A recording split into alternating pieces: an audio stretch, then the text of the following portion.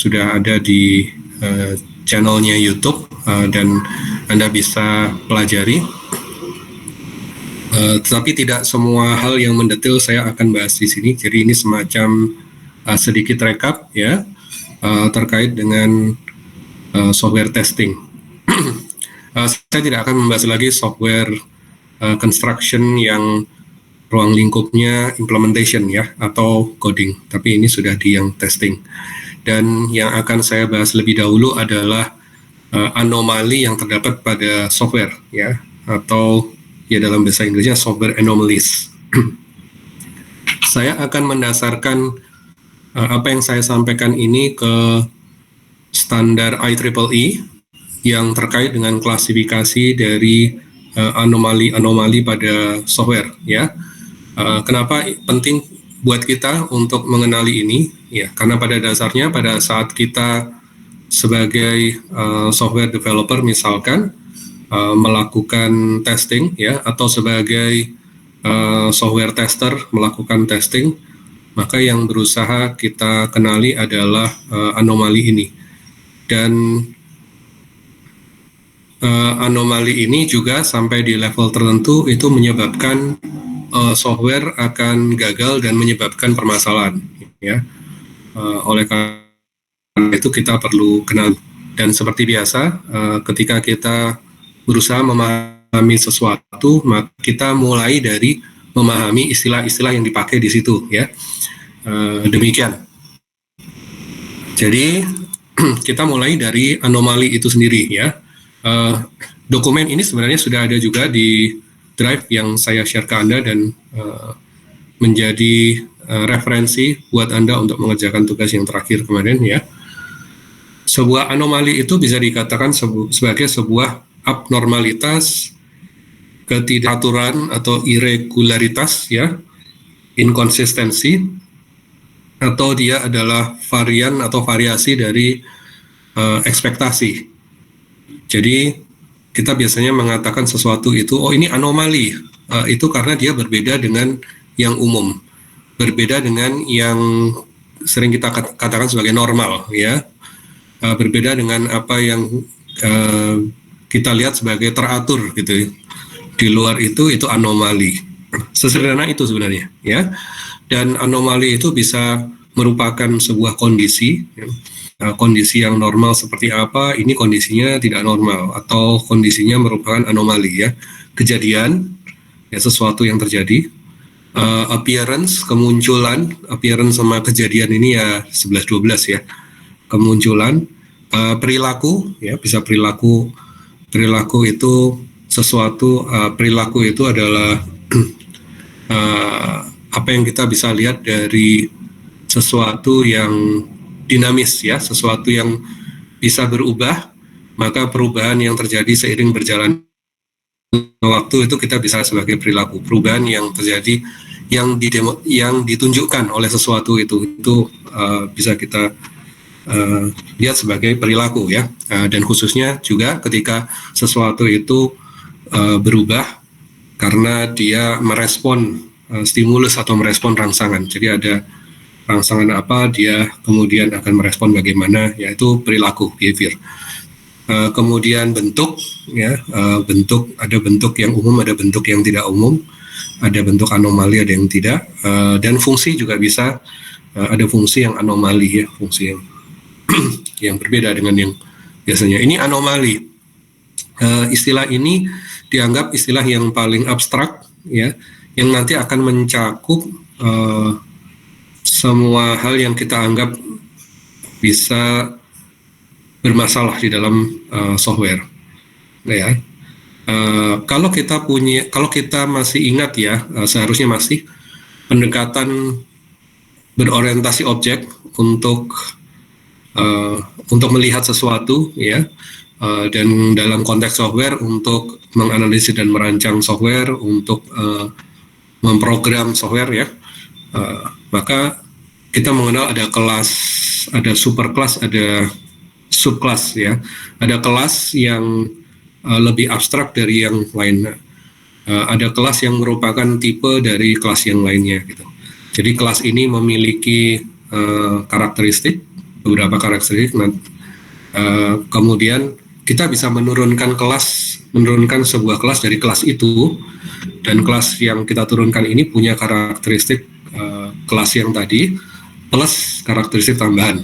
Masih ingat ya, ada hubungan generalisasi. Jadi ada kelas yang umum, kelas yang general, yang lebih general, ada kelas yang lebih spesifik begitu. Semacam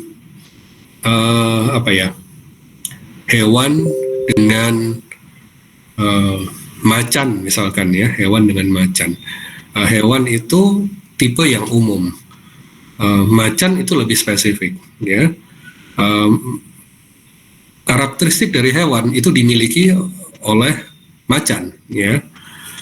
Kita bisa memodelkan kemudian hewan itu sebagai sebuah kelas superkelas, kemudian subkelasnya adalah macan tadi ya.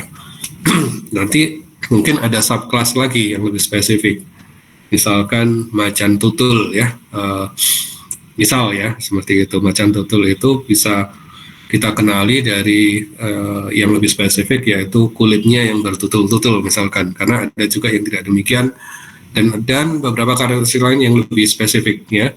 Misal ya ini ya, karena ini saya tidak begitu paham dengan biologi, tapi ini hanya permisalan. Nah, maka kalau kita kembalikan ke sini, anomali itu termasuk kelas yang paling abstrak ya. Nanti yang lain-lainnya itu adalah turunan dari anomali. Nah, berikutnya adalah error. Error ini menurut IEEE standard yang kita acu diartikan sebagai aksi dari manusia yang menghasilkan kesalahan ya. Jadi error itu aksi manusianya yang menghasilkan kesalahan, dan ini spesifik ke manusia ya, bukan ke non manusia. Paling tidak dari definisinya seperti itu ya. Error error itu kalau kita lihat dari referensi Profesor Mal yang videonya Anda tonton yang dari India itu, disamakan dengan mistake. Jadi mistake, error itu dianggap sama, yaitu ini adalah perbuatan manusia, tindakan manusia yang menghasilkan kesalahan tadi. Jadi misalkan salah mengetikkan sesuatu, ini kan kesalahannya manusia ya, yang dia harusnya mengetik angka tapi salah mengetik huruf misalkan ya, maksudnya mengetik variabel X, keliru mengetik variabel Y. Maksudnya mengetik 100, keliru 1000, salah jumlah nolnya. Itu error yang oleh Profesor Mal dianggap sama dengan mistake. Di IEEE standard ini tidak disebutkan di sini hubungannya dengan mistake ya, tidak digunakan istilah mistake itu. Kemudian kalau kita melihat ke konteks yang agak berbeda sedikit ya, tapi masih dalam domain produk digital, Donald Norman sebagai seorang, kita bisa sebut tokoh ya, ahli dalam bidang human computer interaction dan user experience. Dia membedakan antara slip dan mistake ya. Jadi error itu bisa terdiri dari dua macam. Yang pertama adalah slip, yang satu mistake. Jadi dibedakan antara mistake dengan error, mistake dengan slip. Mistake itu error, tapi ada jenis lain dari error, yaitu slip ya. Dan ini khususnya akan berguna ketika kita berusaha melihat interaksi antara sistem dengan manusia ya. Apa bedanya slip dengan mistake? Saya kasih sedikit saja pengertiannya. Mungkin akan lebih banyaknya di kuliah yang lain ya. Dalam slip, ketika orang melakukan slip, bahasa Indonesianya apa nih? Terpleset katakanlah begitu ya. Dia sebenarnya tahu apa yang harus dilakukan. Jadi dalam pemahaman orang tersebut, apa yang berjalan bagaimana sistem berjalan, bagaimana dunia berjalan, itu dia sudah pahami, ya. Oh, kalau saya memasukkan input ini, keluarannya apa? Ya, dia paham. Saya harus memasukkan input ini, paham juga dia. Tapi tetap saja pada saat melakukannya salah, ya, terpleset, ya. Mau ngetik A, keliru S, karena dekat A dan S itu tombolnya, ya kan? Dia maunya A, dia tahu bahwa yang benar A, tapi dia ngetiknya S, ya. Seperti itu slip. Nah, sementara mistake itu bukan terpleset, ya. Orang yang melakukan mistake itu punya model mental, punya pemikiran yang tidak cocok dengan bagaimana sistem itu bekerja. Jadi dia mengira cara bekerjanya seperti ini, ternyata tidak. Cara bekerjanya seperti itu, gitu ya. Jadi misalkan seseorang ingin mencari informasi, begitu, lalu dia mencari-cari icon di menu atau di toolbar, dia cari-cari icon, yang terbayang oleh dia adalah kaca pembesar misalkan, ya. Dia ingin cari itu, atau dia ingin mencari kotak teks yang bisa dituliskan, yang biasanya di samping dari kaca pembesar. Lalu dia menemukan kaca pembesar di situ dan dia klik itu, ya. Dia kira itu adalah dia kira itu adalah icon yang mengantar pada pencarian, ya. Tapi ternyata bukan, itu icon untuk zoom in atau zoom out. Sama-sama pakai kaca pembesar. Biasanya sih yang membedakan adalah ada angka plus sama minusnya di dalam kaca pembesar, ya. Seperti itu. Oh, dia salah kira, ya. Jadi sistem itu menyediakan icon itu untuk zoom in, zoom out, tetapi orang ini dia menginginkan mencari sesuatu dan dia menggunakan itu. Jadi salah ini, ya. Persepsi terhadap bagaimana sistem bekerja itu salah. Nah, ini disebut sebagai mistake, sama-sama kesalahan manusianya, begitu. Jadi bisa dibedakan, ya. Kalau slip itu dia tahu itu untuk apa, tahu harus bagaimana, tapi tetap salah, kepleset, ya. Anda tahu Filkom UB di mana, ya. Masuk UB lewat pintu seperti biasa, ya. Tapi karena mungkin ngelamun dan sebagainya, ya, salah belok, aduh terlewat, ya, seperti itu slip, ya. Padahal tahu harus beloknya di mana. Nah, sementara kalau mistake tidak, gitu ya, Anda mengira gedung, oh itu Filkom, ternyata bukan, karena apa yang Anda lihat itu menunjukkan itu Filkom menurut Anda, tapi aslinya tidak, gitu ya, seperti itu. Dan kalau kita teliti, ini yang disebut error ini tidak bisa serta-merta dinisbahkan, ya. Jadi kesalahan ini tidak serta-merta dilimpahkan kepada yang menggunakan sistemnya. Bisa jadi ini kesalahannya harusnya dilimpahkan ke yang mendesain sistem, gitu, ya. Nah, itu perbedaan antara slip dan mistake dari domain human computer interaction, ya. Seperti itu, dua-duanya adalah error. Dan kalau dalam pengertian software development, di sini kasusnya adalah ada yang membuat software, gitu, berarti yang menggunakan itu error itu terjadi ketika bisa terjadi ketika pengguna softwarenya melakukan kesalahan, atau ketika pemrogramnya, ya, kalau kita bicara developmentnya di fase development, ini pemrogramnya ini yang salah, atau yang menuliskan artefak, yang menyusun artefak ini yang salah, gitu ya, yang melakukan error, ya. Jadi konteksnya tidak harus hanya di programmingnya, tapi bisa jadi di nulis requirement-nya, membuat desainnya misalkan, ya. Seperti itu bisa muncul error, ya, human yang melakukannya. Nah, kemudian ada istilah fault, ya. Fault itu adalah manifestasi atau wujud dari error itu di software. Jadi gara-gara orang salah ngetik, maka yang terketik itu, ya, itu jadi fault, ya.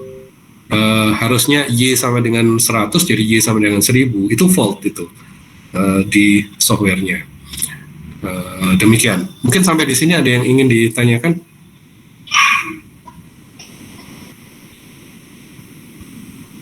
Oke, jalan terus ya. Oh, Maaf, oke. maaf Pak. Ya, Um, maaf Pak, saya ada kebingungan. Apakah oh ya. error itu Pak ya? Apa hanya dilakukan oleh programmer ya? Apakah user juga bisa melakukan error Pak? Ya, bisa. Jadi user, programmer bisa melakukan error karena human action. Cuma kalau konteksnya adalah ketika kita masih dalam pengembangan software, berarti kan usernya belum mengoperasikan. Maka pelaku errornya ya mereka yang terlibat dalam pengembangan software ini, termasuk programmernya. Baik, terima kasih Pak. Ya, sama-sama. Begitu ya. Kalau kita lihat dari pengujian perangkat lunak nantinya kan kita kita akan menelusuri kesalahan ya, dan kesalahan itu bisa sampai pada ternyata manusianya yang melakukan kesalahan. Berikutnya setelah fault ya, fault itu wujud dari error itu yang kemudian jejaknya ada di software ya. Lalu ada defect ya. Defect itu secara definisi adalah imperfection ya, ketidaksempurnaan atau kekurangan dalam sebuah produk kerja ya. Where that work product doesn't meet its requirement ya. Yang kalau kita pakai kata di mana bisa juga sih, tapi biasanya di mana itu bukan kata baku. Jadi saya ulangi ya, sebuah ketidaksempurnaan atau kekurangan dalam sebuah produk kerja yang membuat produk kerja tersebut tidak memenuhi kebutuhannya atau persyaratannya atau spesifikasinya, dan maaf, saya ulangi, or specification and needs to be either. Oke. Defect adalah sebuah ketidaksempurnaan atau kekurangan dalam sebuah produk kerja di mana produk kerja tersebut tidak memenuhi persyaratannya atau spesifikasinya, dan seharusnya ya needs to be membutuhkan untuk kalau tidak diperbaiki diganti ya. Jadi defect itu adalah ketidaksempurnaannya atau kekurangannya di dalam sebuah produk kerja dan menyebabkan produk kerja itu tidak bisa memenuhi kebutuhan atau spesifikasinya ya, dan akhirnya dia harus diperbaiki atau diganti begitu. Contohnya apa ini? Omissions and imperfections found during early life cycle phases. Omissions itu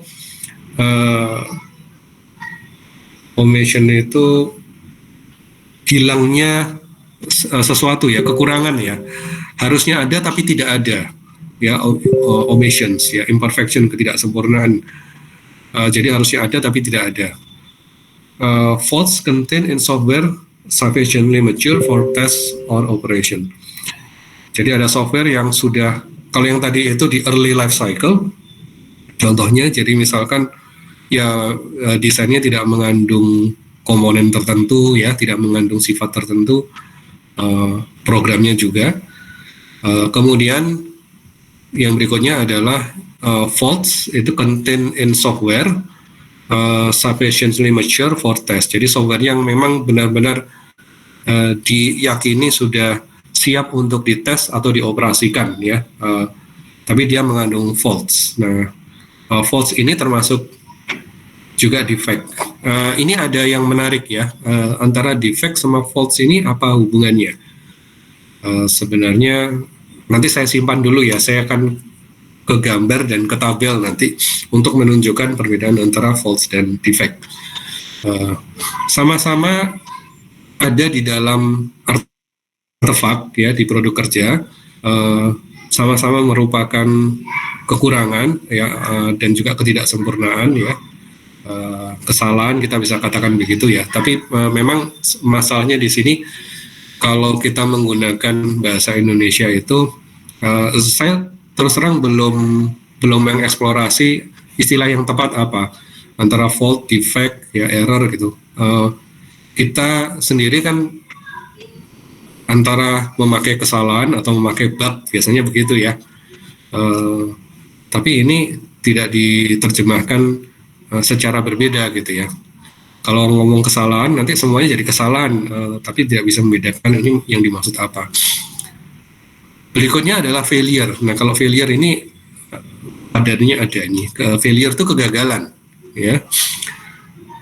Fail, gagal, failure, kegagalan. Lucu juga bahasa Inggris ya. Ini bacanya failure. Jadi bukan failure tapi failure. Oke, artinya adalah yang pertama bisa berarti termination of the ability. Jadi berhentinya kemampuan dari sebuah produk untuk menjalankan fungsi yang dibutuhkan, ya. Jadi sebenarnya dia punya ability tapi terminate, berhenti, ya, nggak lanjut, ability-nya itu terhenti di tengah. Atau its inability to perform within previously specified limits. Jadi ketidakmampuan untuk menjalankan menjalankan sesuai dengan batasan yang sudah dispesifikasikan sebelumnya, ya. Jadi kalau dia berhenti kerja, ya, fungsinya itu berhenti kerja, atau ya dalam batasan yang sudah ditentukan, dia tidak bisa sampai ke sana. Failure juga bisa berarti an event, ya, kejadian in which yang sebuah sistem atau komponen dari sistem itu tidak bekerja atau tidak menjalankan fungsi yang dibutuhkan dalam batasan yang sudah ditentukan, ya. Kalau ini eventnya, ya, eventnya. Jadi ketika ada kejadiannya, kejadian ini nggak bisa jalan, itu disebut failure. Kalau yang di atas itu ya ketidakmampuan produknya itu failure, ya. Jadi salah satu atau dua-duanya bisa kita pakai untuk menggambarkan failure, ya. Nah, ini mulai ada hubungannya, ya. Failure may be produced when a fault is encountered. Jadi kalau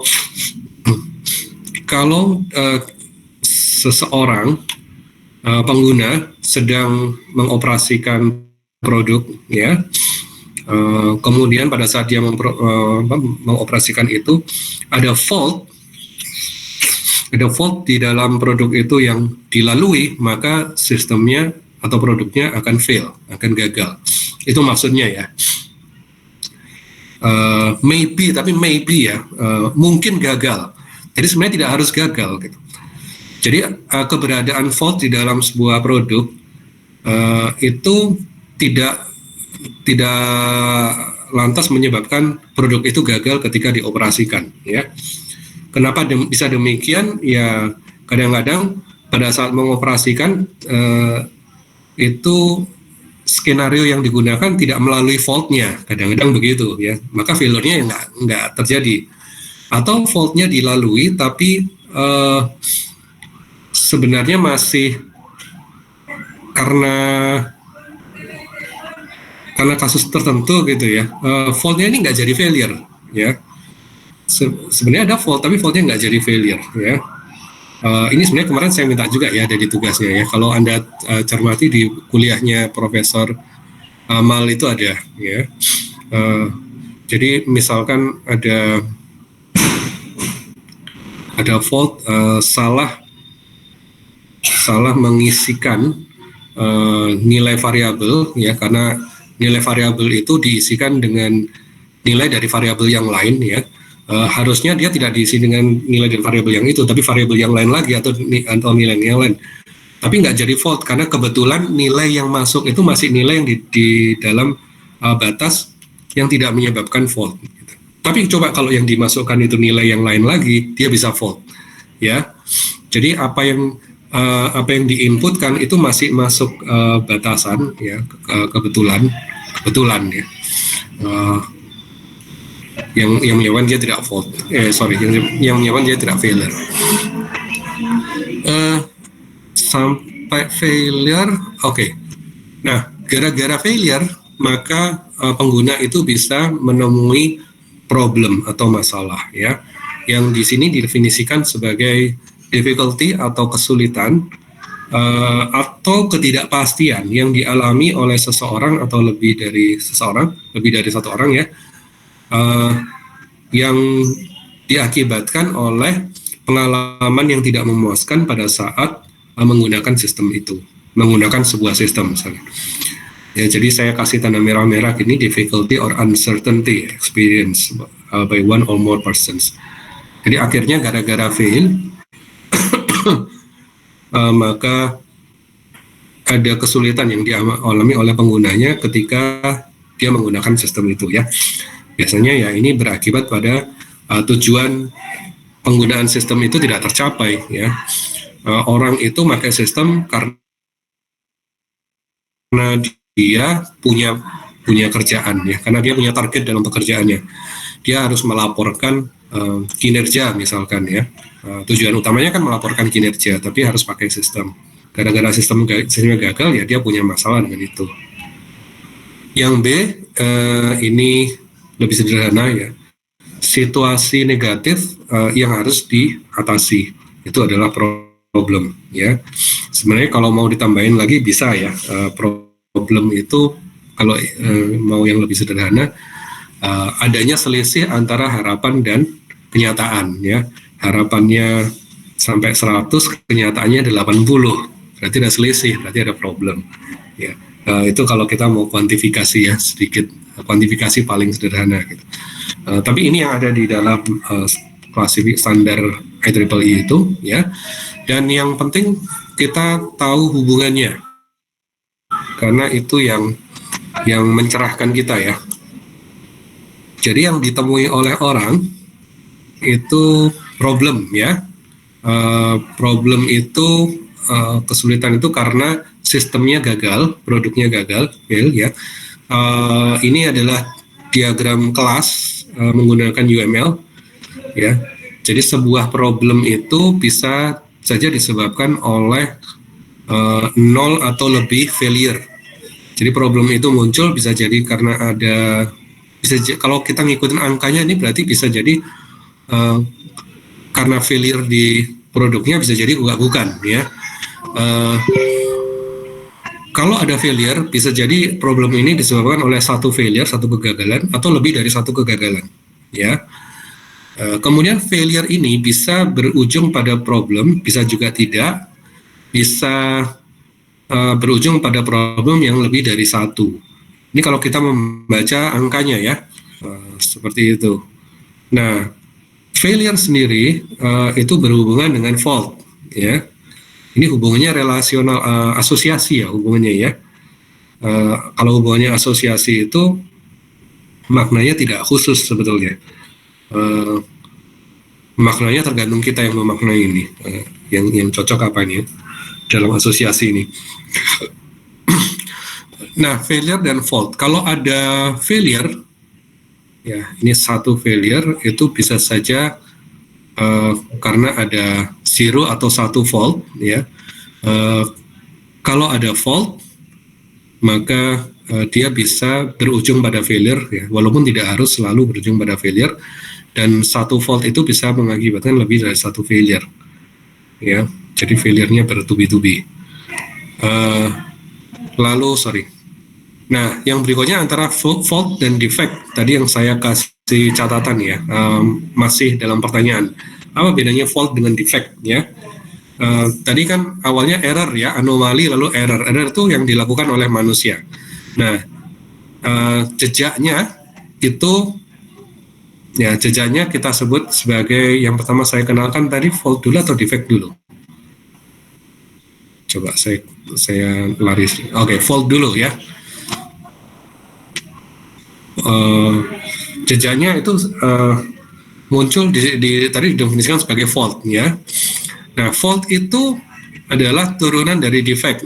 Maksudnya fault itu adalah tipe yang lebih spesifik dari defect. Jadi sebenarnya fault adalah defect, tapi fault itu lebih khusus daripada defect gitu. Nah, nanti yang akan diusulkan untuk dikoreksi itu defect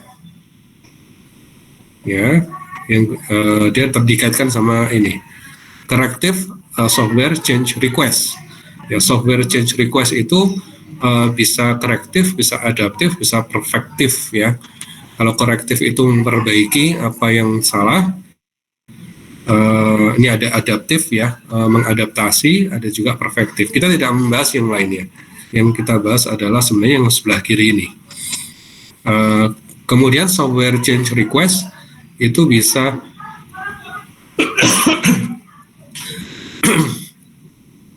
bisa dihubungkan dengan software release. Jadi setiap release itu bisa terdiri dari satu atau dia bisa terkait dengan satu atau lebih request ya. Release itu pasti ada requestnya, dan satu release itu bisa terhubung dengan lebih dari satu request gitu. Sementara satu request belum tentu menghasilkan release ya, bisa jadi request itu tidak diteruskan, tidak diterima sebagai release. Ya. Ini kalau dihubungkan dengan software request dan release ya, dengan pengusulan perubahan ya, dan kemudian rilis dari software itu. Sementara yang sebelah kiri kita tahu hubungan antara masing-masing yang tadi saya jelaskan. Nah, lebih jelasnya juga kita bisa lihat dari tabel ya, hubungannya seperti apa. Ini problem itu bisa disebabkan oleh satu atau beberapa failure ya, may be caused by one or more failures. A failure may cause one or more problems ya. Kalau ada may ini kan berarti ya mungkin ya, mungkin. Jadi bisa ya, bisa enggak. Dan bisa kalau may cause one bisa disebabkan oleh satu atau bisa disebabkan oleh lebih dari satu. Ya. Itu problem dengan failure yang tadi, yang ini problem sama failure ya, problem sama kegagalan. Kemudian antara kegagalan dengan fault, failure dengan fault ya. A failure may be caused by a fault and thus indicate a presence of a fault. Jadi kalau dia disebabkan oleh fault, itu menunjukkan adanya fault ya. Lalu a fault may cause one or more failures. Ya, jadi sebuah fault yang gara-gara tadi ada errornya terekam dalam fault ini bisa menyebabkan satu atau lebih failure. Nah, fault sama defect, ini dia hubungan antara fault sama defect, ini yang tadi masih jadi catatan. A fault is a subtype of the supertype defect. Okay, every fault is a defect, but not every defect is a fault. Oh, bagaimana bisa? Ya, setiap fault itu pasti defect, karena defect itu kelasnya lebih umum ya. But not every defect is fault, ya. Yang umum itu tidak selalu yang khusus itu. A defect is a fault if it is encountered during software execution. Nah, ini rupanya. Jadi dua kalimat berikutnya ini yang menjadi pembeda antara defect sama fault ya. A defect is a fault if it is encountered during software execution, thus causing a failure. Jadi defect itu dikatakan fault kalau ditemukannya, dialaminya pada saat software itu dieksekusi. A defect is not a fault if it is detected by inspection or static analysis and removed prior to executing the software. Jadi kalau defect tadi itu ditemukannya pada saat diinspeksi itu berarti tidak dengan eksekusi software ya, atau ditemukannya menggunakan analisis statik ya. Jadi analisis statik inspection ini tidak menggunakan konsep eksekusi, softwarenya tidak dijalankan dengan software lain gitu. Dia mungkin dicek oleh orang secara manual ya, atau menggunakan cara static analysis dilakukan ya, dan dihilangkan sebelum executing. Itu dia tidak disebut sebagai fault. Ya, jadi perbedaannya seperti itu menurut standar yang ini. Ya, demikian. Defect change request, defect dengan change request itu berarti yang hubungannya ke kanan ya, defect sama change request itu seperti ini. A defect may be removed via completion of a corrective change request. Jadi defect itu bisa saja benar-benar nanti dihilangkan melalui corrective change request yang diselesaikan. ya. Jadi kalau corrective change request-nya itu benar-benar direspon ya, diterima, maka dia akan diperbaiki softwarenya, defect-nya akan kemungkinan akan dihilangkan. A corrective change request is intended to remove a defect. Oke. Jadi sebaliknya, usulan perubahan korektif itu tujuannya adalah untuk menghilangkan defect. Ya, a change request may also be initiated to perform adaptive or corrective maintenance. Oke. Saya pikir itu hubungan satu dengan yang lain ya. Dan sampai di sini apakah ada pertanyaan adik-adik sekalian?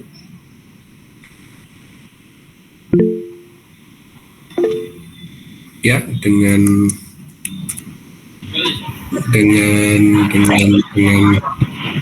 Baik Pak, permisi Pak, mohon maaf izin bertanya, nama saya Rahmat Sinugrananda. Oh iya Mas Rahmat, silakan.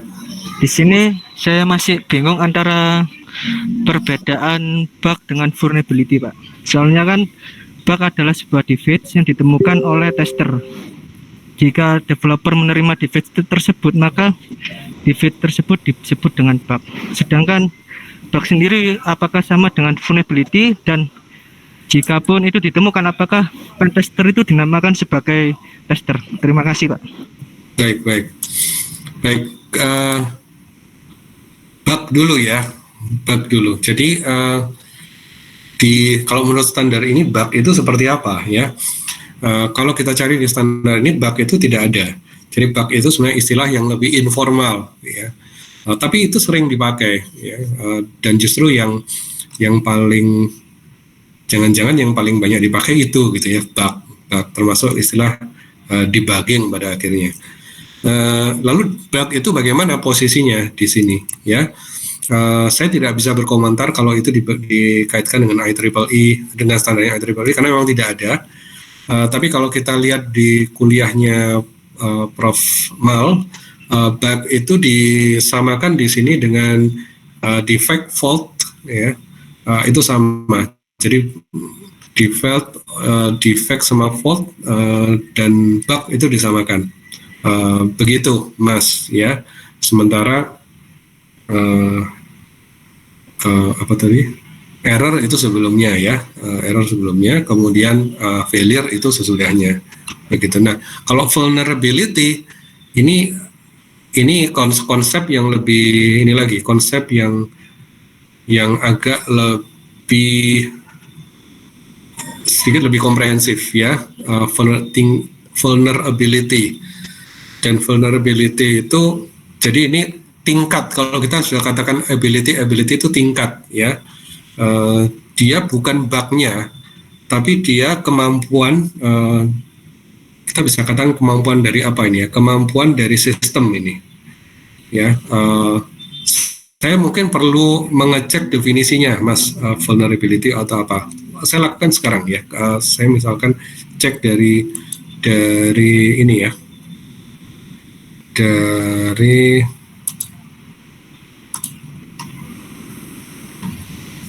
Somerville misalkan ya.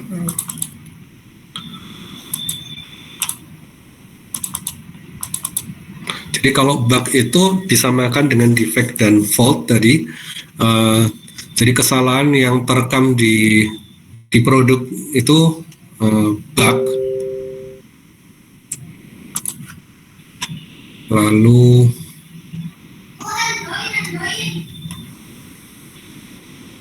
kalau kita cek di Somerville misalkan, istilah vulnerability ini terkait dengan,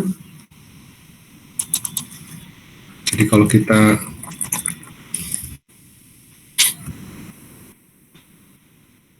sebentar, ini naik dulu aja ya.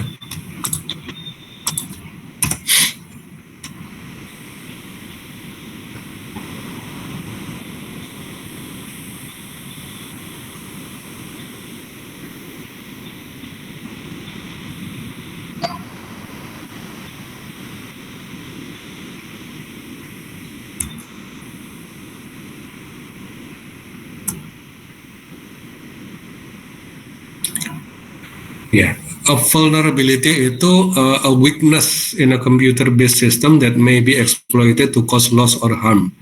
Ya, jadi ini terminologi yang ada di security.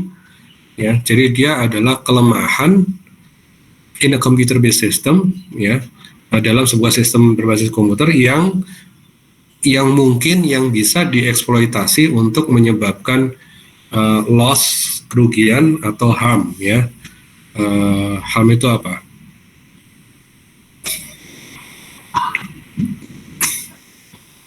Ya, harm itu apa, harm itu ya dalam bahasa yang lebih tepat ya. Jadi kerugian atau ya mungkin gini, kerugian bisa kerugian materi, bisa kerugian fisik atau jiwa gitu ya. Harm itu lebih ke fisik atau jiwa. Kalau loss itu ke material loss ya. Seperti itu. Jadi dia adalah kelemahan. Nah, maka a weakness. Saya belum mengeksplorasi lebih jauh, tapi saya menduga yang ability itu bisa dikuantifikasi. Jadi kalau kita ingin menilai seberapa bagus sebuah sistem terkait dengan apanya, ya, maka bisa pakai konsep-konsep tadi yang ada ability itu dan itu bisa dicari kuantifikasinya seperti apa. Ya, contohnya misalkan usability aja. Ya, usability. Kalau mau disederhanakan, misalkan ini adalah kemudahan untuk digunakan. Sebenarnya juga nggak terlalu sesempit itu ya, kemudian digunakan. Usability itu punya makna yang lebih dari itu gitu. Tapi memang di dalamnya ada kemudahan untuk digunakan, dan ini ada kalau itu dikatakan ability, maka biasanya ada usaha untuk membuatnya terkuantifikasi. Vulnerability juga begitu, kan kita nggak menghitung berapa jumlah serangannya, berapa jumlah, tapi ini pasti ada nih. Kalau vulnerability itu kan weakness-nya ya, weakness-nya ini mesti ada nih. Cara menilainya bagaimana. Sebenarnya kalau bug tadi, bug itu adalah yang error yang terekam di ininya, yang terekam di produknya. Saya pikir demikian sementara, Mas. Ini mungkin kurang memuaskan ya, tapi saya sarankan Anda yang vulnerability itu Anda cari lebih jauh ya. Tapi ini di dua level yang berbeda begitu. Yang satu itu apa yang ada di error yang terekam di situ. Tapi kalau vulnerability itu weakness itu kan masih abstrak ya, masih abstrak dan dia lebih komprehensif kalau dikatakan weakness ya, dan ini hubungannya sama security, domainnya juga agak spesifik begitu. Tapi bisa jadi security itu karena ada bug juga bisa gitu, walaupun tidak harus ya. Isu security tidak harus karena ada bug, bisa jadi karena dari awal memang requirement-nya tidak mensyaratkan security yang sampai di level tertentu. Demikian Mas ya. Baik Pak. Ya. Untuk yang bagian melakukan pentester itu apakah disebut dengan tester juga atau beda Pak? Melakukan testing untuk menemukan vulnerability, apakah itu disebut dengan pentester sendiri atau disebut dengan tester sendiri? Soalnya kan ada namanya quality assurance dengan pentester, apakah itu berbeda atau sama Pak? Ya. Terima kasih. Baik Mas. Oke. Quality assurance itu ruang lingkupnya lebih luas ya. Quality itu adalah yang nantinya dicari ya. Nah, salah satu aktivitas dalam quality assurance atau quality control itu adalah testing. Jadi testing itu hanya salah satu aktivitas saja. Dan nantinya yang melakukan pengujian itu disebut dengan tester. Nanti saya akan coba sampaikan di slide yang setelah ini, Mas Rahma, bahwa testing itu ada yang memandang testing itu sebagai aktivitas yang hanya terkait dengan mengeksekusi software, jadi menemukan kesalahannya dengan mengeksekusi software, atau dynamic testing gitu ya. Ada juga testing yang mencakup juga hal-hal yang statik. seperti review, inspeksi gitu ya. Review itu nggak mengeksekusi software, review itu mengecek dokumen, dan itu dilakukan oleh tidak hanya satu orang ya. Kadang-kadang ada peer, ada ada mitra sejajar yang kemudian melakukan itu. Kadang-kadang tim gitu ya. Dan review itu bisa berjenjang juga, ada technical review, ada management review begitu ya. Seperti itu. Code inspection, inspeksi melihat kode. Ini juga tidak mengeksekusi softwarenya gitu ya. Walaupun kalau kita lihat juga sebenarnya code inspection itu sekarang banyak yang bisa dilakukan dengan pertolongan IDE. Itu bisa pakai tool juga gitu ya. Nah, ruang lingkup tes tadi ada orang berbeda pendapat tapi tes itu adalah salah satu bagian dari quality assurance. Jadi kalau tester itu tergantung kita pakai paradigma yang mana ya.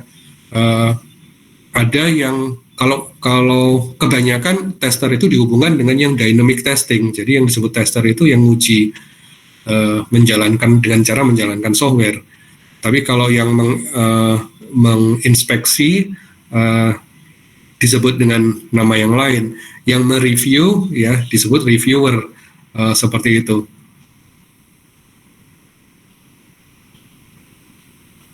Demikian Mas. Baik Pak, terima kasih. Ya.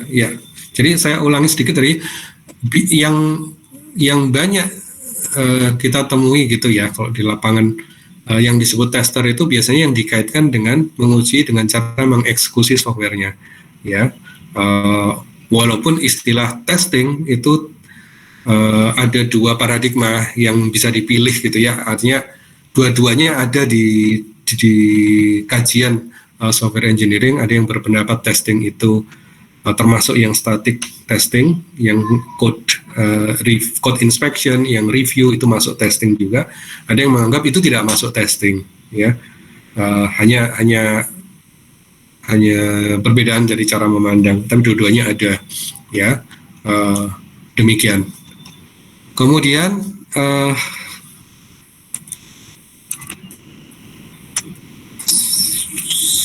kita kembali ke slide dulu. Ada lagi yang mau ditanyakan?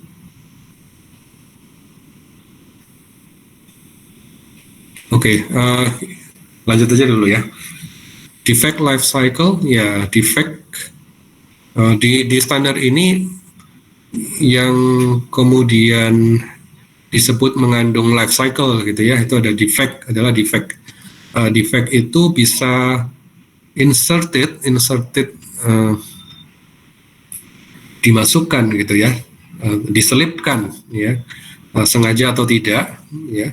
Kemudian dia bisa detected. Ini diagram, maaf, saya memotong diri saya sendiri dulu sebentar. Ini adalah diagram. Ada yang tahu ini diagram apa dalam UML?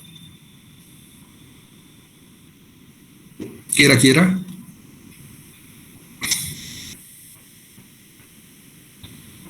Ada yang tahu? Tebak aja. Diagram kelas, ya bukan?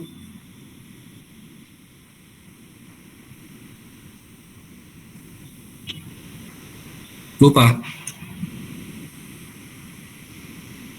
Kira-kira apa ini? Menggambarkan apa ini kira-kira?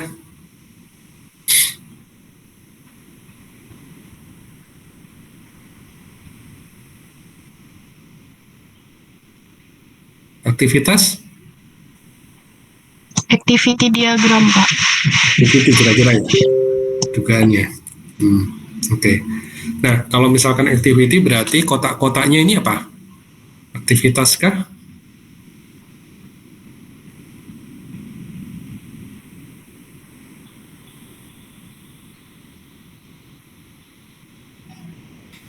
Ya, kalau kita melihat ada kotak yang ujungnya bundar ya, kemudian ada tanda panah, garis panah, ini memang seperti proses ya, seperti proses yang di dalamnya ada activity. Tapi sebenarnya ini adalah state transition diagram, jadi diagram yang menggambarkan perubahan keadaan ya, state atau tingkat keadaan ya. Jadi ini state transition diagram. Mirip memang seperti proses diagram ya, atau activity diagram kalau di UML ya. Tetapi kalau activity itu kan, activity diagram kan setiap kotaknya ini adalah aktivitas pekerjaan ya. Secara keseluruhan itu rangkaian dari apa yang terjadi, yang terjadinya itu dalam bentuk pekerjaan, dalam bentuk aktivitas, kegiatan. Ya, ada durasinya. Jadi setiap aktivitas itu ada durasinya. Tapi kalau ini tidak, ya, ini adalah status keadaan. Jadi kalau keadaan itu ya keadaan ya. Ketika kita sedang potret satu apa ini? Ini kalau ini defect ya. Satu defect itu kalau kita potret, maka dia bisa jadi pada saat itu sedang keadaannya adalah dia ada termasukkan gitu ya, terinsert ya. Bisa jadi juga kalau sebelumnya berarti belum ada.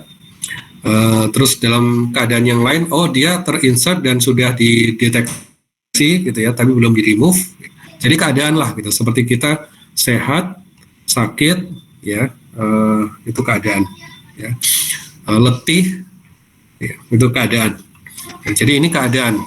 Defect itu bisa jadi pertama itu ya dia ada dimasukkan tapi belum dideteksi, kemudian dia keadaannya sudah dideteksi ya, ada dan deteksi, lalu yang berikutnya dia sudah dihilangkan ya. Jadi life cycle-nya seperti itu untuk defect. Sederhana aja, cuma ada 3 ya.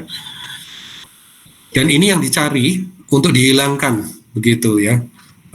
Memang kalau kita mau mengusahakan kualitas yang bagus, idealnya ya kalau kita mau quality management, itu tidak hanya produk yang kita lihat, tapi proses juga kita lihat ya. Sehingga kita bisa memperbaiki, karena produk itu muncul dari proses kan. Kalau ada produk yang tidak tepat, maka mungkin ini akibat proses yang kurang bagus juga ya, prosesnya yang diperbaiki. Jadi ada isu sendiri kalau kita bicara tentang quality management. Nah, bisa saja sebenarnya kita nggak berhenti di defect gitu ya, kita berhenti di lihat kenapa sih kok orang membuat error ya, itu bisa kalau mau memperbaiki ya. Tapi dalam testing itu fokusnya biasanya lebih di produk. Jadi untuk mengetahui defect pada akhirnya dan menghilangkan defect. Ini juga yang kalau disebut bug itu sering disamakan dengan bug, atau bug disamakan dengan ini. Oke, sekarang kita punya kasus-kasus ya. Ini mestinya Anda sudah pernah baca ya, tapi kalau belum kita sama-sama lah di sini ya. Ada seseorang namanya Sue ya. Sue ini sedang dalam pekerjaannya. Dia sedang menggunakan aplikasi ya, tapi kemudian dia itu nggak bisa login di aplikasinya. Nama aplikasinya adalah timesheet system. Timesheet itu untuk apa saya nggak tahu ya. Timesheet mungkin untuk presensi ini. Jadi karena dia tidak bisa menggunakan, maka dia menelpon service desk ya, dan melaporkan masalahnya. Apa yang dia laporkan, dia tidak bisa login. Kenapa nggak bisa login? Karena password field-nya missing, hilang dari login screen. Ini screen untuk login tapi nggak ada kotak untuk memasukkan password ya. Nah, ini latihan sedikit untuk mengetahui problemnya apa, yang disebut problem itu yang mana ya, yang disebut failure yang mana, lalu kira-kira defect-nya yang mana atau apa ya. Kalau ada yang nggak ada di sini, nggak apa-apa, Anda simpulkan saja gitu, Anda logika saja. Gimana, kira-kira ada yang mau mencoba? Ini problemnya apa sih? Failure-nya apa? Defect-nya kira-kira apa?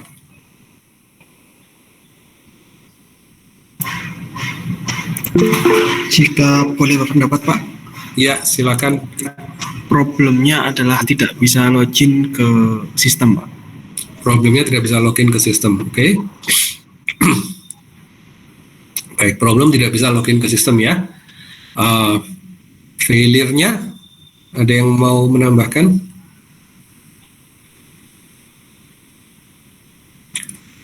Terima kasih Mas Ivan. Failure-nya apa nih?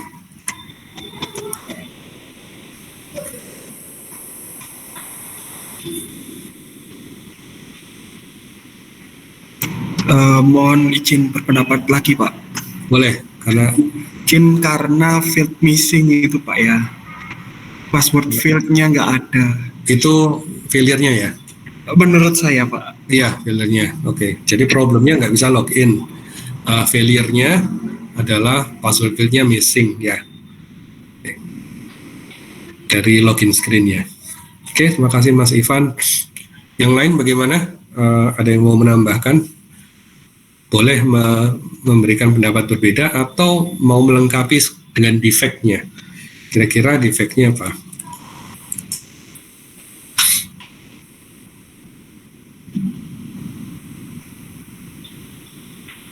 Ya, Anda boleh juga kalau misalkan melihat ada yang tidak bisa dijawab dari sini, Anda sampaikan ya, atau ini tidak bisa dijawab di sini tapi bisa diduga gitu ya. Dugaannya apa? Boleh. Bagaimana yang lain?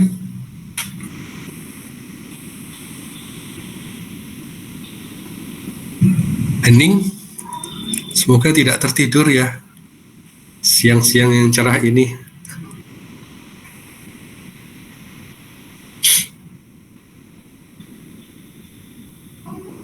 Boleh pendapatnya?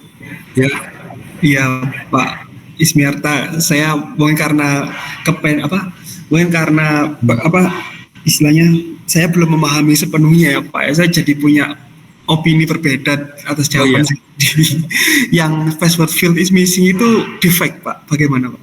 Oh itu defect, oke. Iya. Kalau itu defect berarti failure-nya apa, Mas Ivan? Kalau failure-nya berarti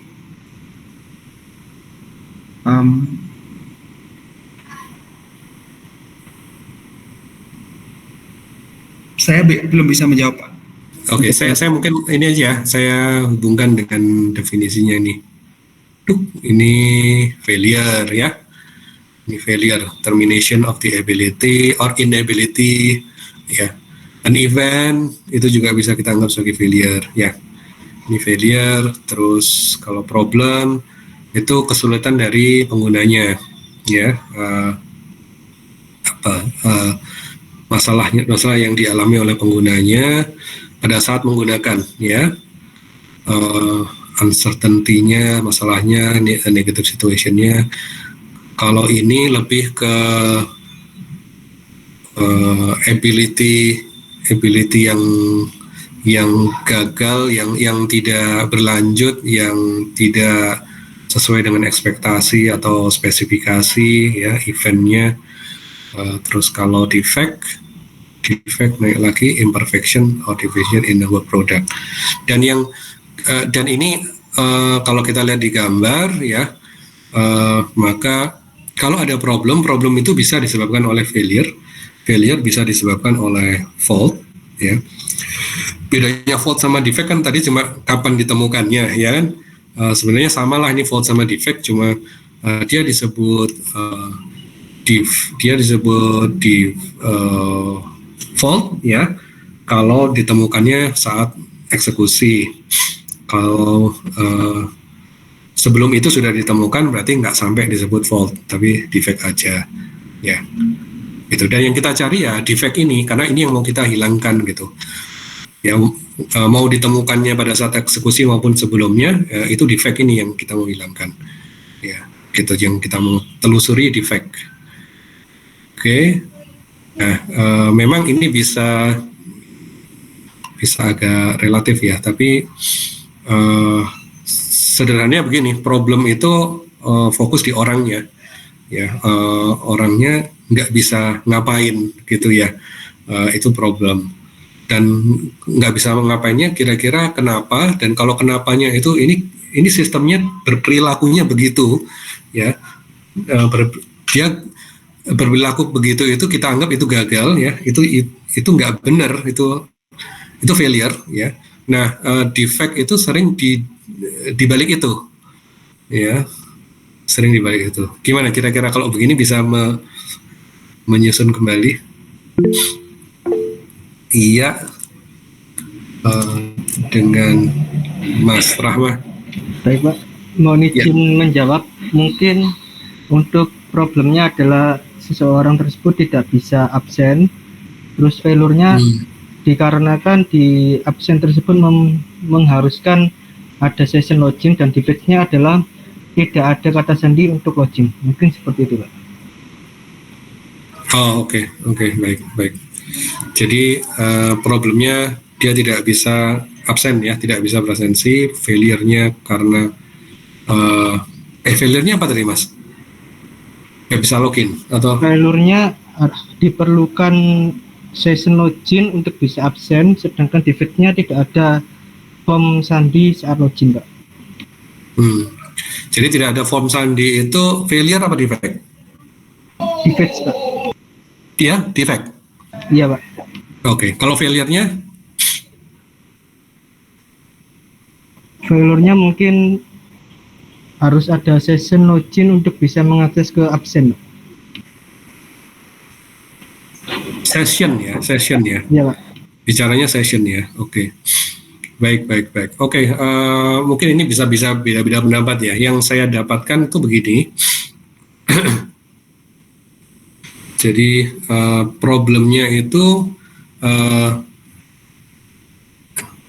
yang dirasakan oleh penggunanya ya. Penggunanya tidak bisa apa. Memang betul bahwa tidak bisa absen itu problem, betul ya. Jadi itu problem dari sisi proses bisnisnya ya, proses organisasinya, dari sisi pencapaian tujuan dia. Dia itu mau melaporkan diri, dia itu mau presensi gitu ya. Itu problem betul. Nah, kalau kita kecilkan ruang lingkupnya ke penggunaan software, maka ternyata di sini yang disebut problem adalah dia nggak bisa login, itu problemnya ya. Dan nggak bisa loginnya kenapa? Karena ini nggak ada kotak passwordnya, ya nggak ada passwordnya. Jadi kotak passwordnya itu gagal. Kita harus membuat redaksinya itu redaksi gagal, bukan redaksi yang seharusnya bagaimana ya. Failure-nya apa? Kegagalannya apa? Password field-nya nggak muncul. Jadi password field-nya gagal muncul, bisa dikatakan begitu, atau sistemnya gagal memunculkan password. Itu failure. Defect-nya yang ada di balik itu kok bisa nggak muncul, ya di programnya dicari, kenapa kok bisa nggak muncul, ya. Ternyata nggak mengimplementasikan, jadi ada kesalahan di kodenya misalkan ya. Di kodenya ada kesalahan di, Mas tadi bilang sessionnya. Ini cenderung ke defect sebetulnya. Jadi apa yang ada di coding itu defect. Ini kalau di contohnya kan defectnya itu ada di file login.asp. Ini misal loh ya. Nah itu defectnya. Sih defect itu di sini nggak kelihatan sih. Ya. Itu yang defect itu yang terekam di kodenya itu, di artefaknya itu. Sementara yang tampak oleh pengguna itu adalah kegagalan sistem dan kemudian penggunanya jadi tidak bisa apa, ya. Cannot login berujung pada cannot cannot report ya, cannot report himself gitu ya, herself gitu. Tapi gagalnya nggak ada kotak password itu loh ya, tidak bisa menampilkan kotak password gitu. Oke ya, gitu kira-kira. Terima kasih Pak, sudah jelas sekali. Sama-sama. Jadi bug-nya itu memang nggak kelihatan di sini ya. Defect misalnya during coding, defect-nya apa ya nggak tahu gitu ya. Itu yang kemudian dicari diperbaiki ya. Ya, ada lagi nih contoh lain ya. During customer qualification testing, ini testing ya. Kalau yang tadi apa? Tadi call service desk and report you cannot log in. Ini berarti di penggunaan ya. penggunaan operasional nih. Nah, sekarang ini during customer qualification testing, ini masih testing. Sam observed that the color of the font doesn't match the requirements document section bla bla bla. Ya, namanya juga contoh ya. Jadi Sam itu melihat bahwa warna hurufnya itu tidak sesuai dengan dokumen requirement di seksi 4213.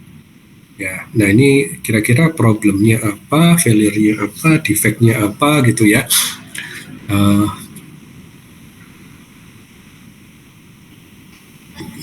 Ini testing nih, konteksnya.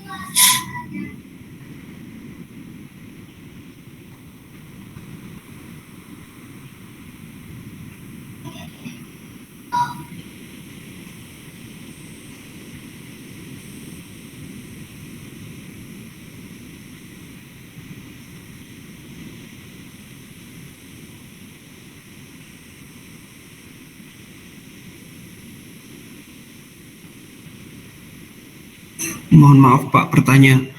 Ya, ya. Apakah kalau konteksnya testing itu artinya definisi-definisi yang sebelumnya itu bisa berubah, Pak? Definisinya tidak berubah. Jadi kita yang kemudian menggunakan definisi itu di sini, ya kita coba isi aja gitu. Kira-kira gimana?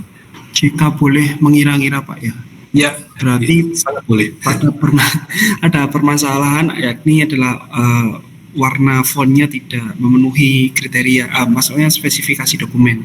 Itu problem. Kemudian failure-nya adalah warna font yang berbeda, dan defect mungkin ketika implementasi CSS misalnya itu mungkin salah memasukkan hex dan sebagainya, Pak. Baik Mas Ivan, terima kasih ya, menjurus nih. Saya kasih kesempatan yang lain dulu kalau ada pendapat.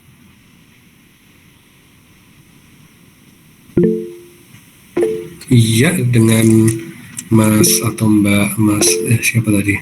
Mbak Wafa. Mbak Wafa, silakan. I think the problem is that the color doesn't match the requirements, but it doesn't cause any failure, and the defect is maybe the color code entered is different from the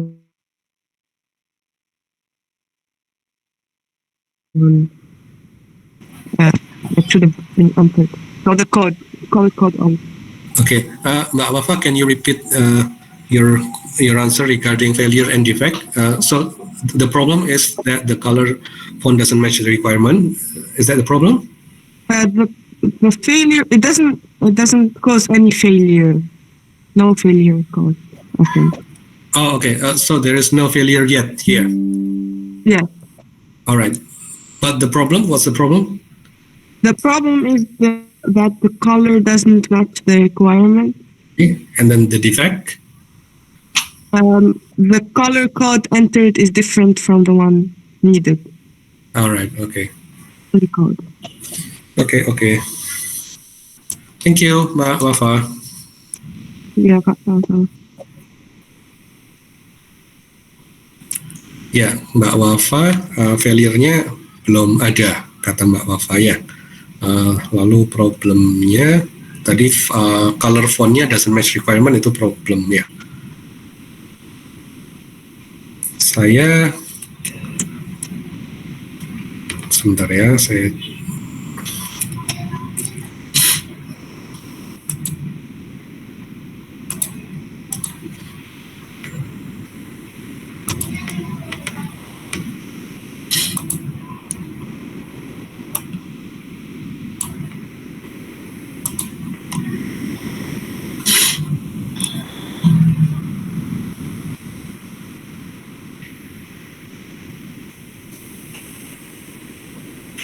Oke, kita perlu ingat yang di sini itu sedang testing ya. So ini bukan system in use, bukan kondisi operasional ya. Ini masih testing gitu. Nah, sebenarnya ini kita mencocokkan dengan definisi dari yang ada di IEEE ya. Jadi kalau kalaupun ada perbedaan, itu kadang-kadang perbedaannya karena yang ada di kepala kita itu bukan definisi yang itu. Kadang-kadang itu saja ya. Tapi kalau kita mau coba gunakan definisi itu, kita mau belajar membuat penelusuran ya. Jadi apa yang terasa di lapangan ya, dan yang terasa di lapangan itu karena sistemnya tidak mampu apa ya. Sistemnya tidak mampu apa itu karena ada apa di belakangnya. Sebenarnya 3 hal itu saja. Oke. Nah, karena ini testing, maka problem itu within this definition itu not yet encountered ya, karena ini masih testing. Jadi belum operational ya, belum ada pengguna yang benar-benar menggunakan sistem ini ya. Tapi failure-nya ada ya. Failure-nya adalah ini kan Sam observed that the color of the font doesn't match the requirement. That means the system is there, yeah. The system shows that the color font doesn't match. Well, the system shows that the color of the font is something else than the one stated in the requirement, ya. Jadi itu sudah failure. Appearance of incorrect color on screen itu failure, ya. Problemnya not yet encountered hanya karena ini masih testing, itu saja ya. Kemudian defect-nya ya what's behind that incorrect color ya. So mungkin ya data value-nya yang diberikan ke variabel yang dipakai itu tidak tepat mungkin ya. Mungkin itu di style sheet-nya atau di code yang mana ya, bisa demikian ya. Tidak harus ini kan demikian, ini incorrect data value assigned to account, ini yang kira-kira paling mendasar yang mungkin ya. Tempatnya di mana itu mungkin bisa bervariasi gitu. Jadi seperti itu ya. Saya yakin Anda bisa paham sebenarnya logikanya, cuma ini kan kita pakai definisinya IEEE. So, ya. Ada yang berbeda dengan yang Anda pikirkan gitu ya. Ada komentar? Ada pertanyaan?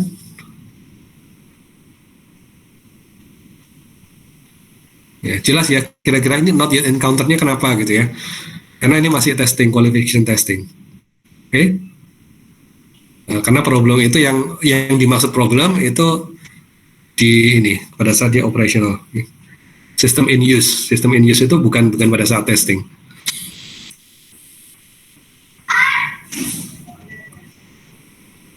Kalau pada saat eksekusi, iya ini eksekusi, sistemnya dieksekusi, tapi bukan sistem in use. Oke? Ada pertanyaan? Next. During a peer review for software requirements for a new financial management system, Alice discovers that values are in the requirement as thousands of dollars instead of as millions of dollars. Ya. During a peer review for software requirements. Jadi ini review, ya. Review untuk software requirements for a new financial management system. Ya, Alice discovers that values are in the requirements as thousands of dollars instead of as millions of dollars. Someone want to join? Okay. Nah ini kira-kira bagaimana? Problem, failure, defect. Produknya apa? Artefaknya apa ini yang dicek?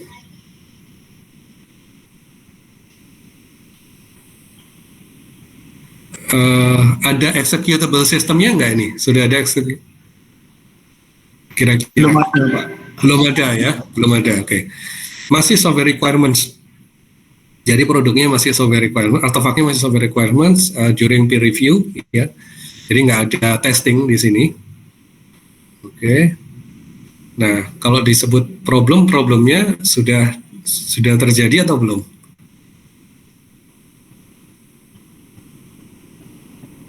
problem dengan real user sudah terjadi? Belum Pak. Belum ya, belum. Oke, not yet encountered ya problemnya. Karena ini masih requirement nih. Softwarenya belum working ya. Failure di softwarenya, sudah ada failure di softwarenya? Sudah ada failure di software? Menurut saya juga belum Pak. Belum juga ya. Problem di lapangan, di operational belum, sistemnya belum in use. So problemnya belum ditemukan, belum terjadi ya. Failure dari software, dari working softwarenya belum, tapi defect itu tidak hanya di code ya. Defect itu bisa ada di requirement ya, maka defectnya ada ini ya. Jadi defectnya apa? Yang di requirement tadi yang tertulis ribuan dolar, thousands of dollars, itu harusnya millions of dollars. Ya, itu defect. Jadi defect itu bisa ada di requirement di sini. Begitu. Nah, ini kan peer review. Ini masih di awal yang dicek software requirement. Ini benar-benar mengecek apakah kebutuhannya seperti itu ya. Oke.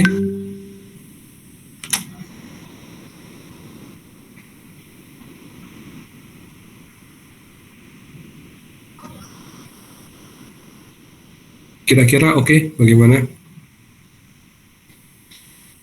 Iya Pak, clear Pak, terima kasih. Ya, sama-sama. Ya, mudah-mudahan yang lain juga clear. Mbak Wafa, is it fine with you? Yes, thank you. Okay, good. Ada lagi, satu lagi. The company A's battery, ya, jadi ada battery belongs to company A, ran out of power because there was no low power warning. The design of a security system monitoring system did not include a warning for low battery power, despite the fact that this feature was specified in the requirements. Any problem? Any failure? Defect?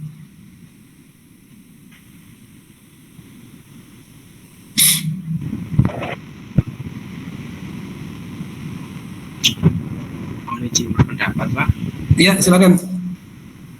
Mungkin kalau menurut saya ada problemnya di mana warningnya tidak dibuat karena sudah di spesifikasi untuk dibuat.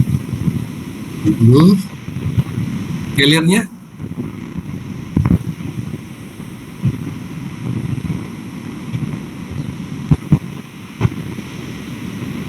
Oh, jawab problemnya aja dulu, Mas. Iya Pak. Oke. Sebenarnya malah kayaknya ya karena tidak dibuat itu menurut saya sih Pak. Gitu. Oke. Mungkin itu saja Pak. Oke, baik. Jadi problemnya warningnya tidak dibuat, failure-nya karena warningnya tidak dibuat. Ya.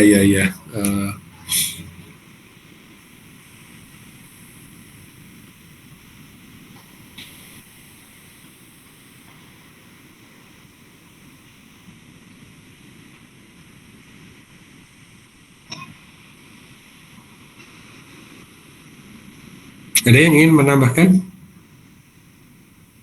Sekalian sampai defect.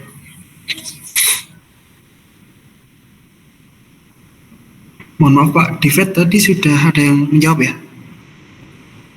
Ini belum yang defect belum. Seperti kalau lihat dari spesifikasinya kan sudah dituliskan dengan benar ya Pak ya, dan implementasinya kemungkinan juga benar juga, tapi karena ini masalahnya ada di desain kemungkinan defect nggak ada Pak, menurut saya Pak. Kalau despite the fact that this feature was present in the requirements, oke. Jadi defectnya nggak ada. Menurut saya Pak.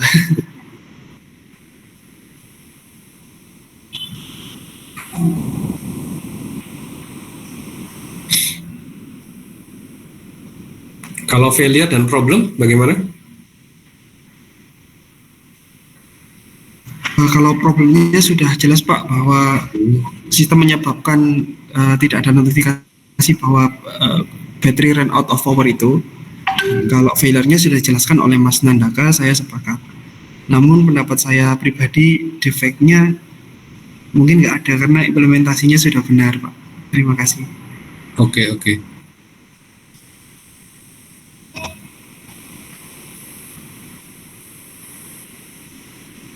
Nah, sekarang begini, kalau fitur itu sudah ada di requirements, ya, fiturnya ada nih, tapi di produknya tidak ada, ya, kan begitu ya nih, benar nggak? Jadi perusahaan A itu punya baterai, terus baterainya itu run out of power, jadi loh ini kok baterainya habis ya. Nggak ada warning tiba-tiba habis. Oke.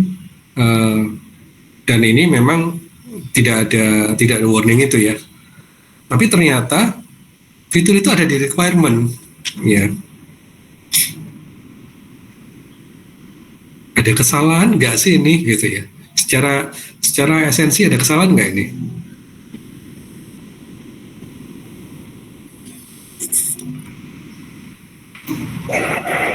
Iya Pak, ada kesalahan Pak. Kesalahan ya, ada kesalahan.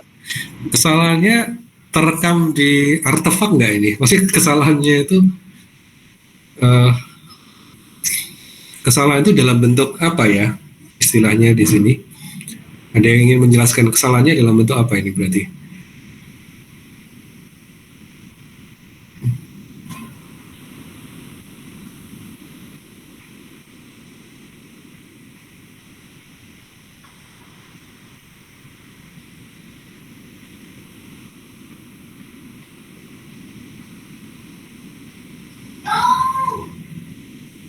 Kalau di informasinya tidak lengkap, ya bisa diduga-duga ya, diduga-duga.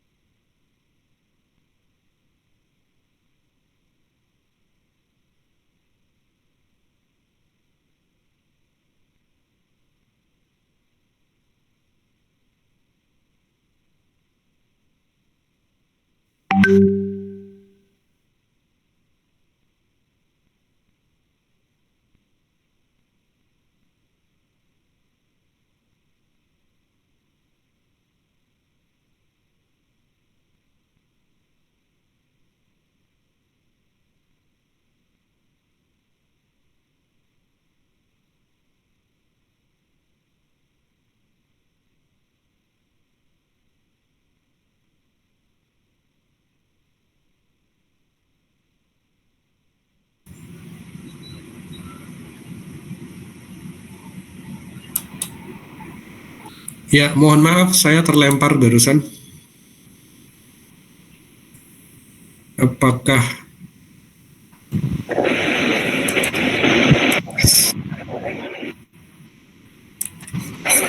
ya, mohon maaf koneksi saya barusan terputus.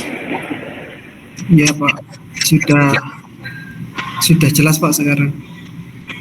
Iya, iya tadi masih terputus ya. Ya, jadi seperti itu ya. Kalau problem kita lihat sudut pandangnya penggunanya kesulitan apa, ya.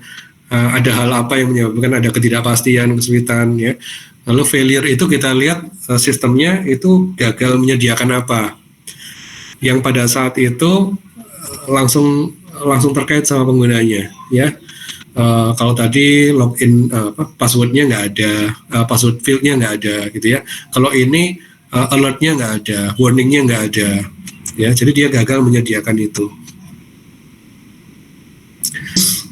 Ternyata dicek di requirement-nya ada, gitu.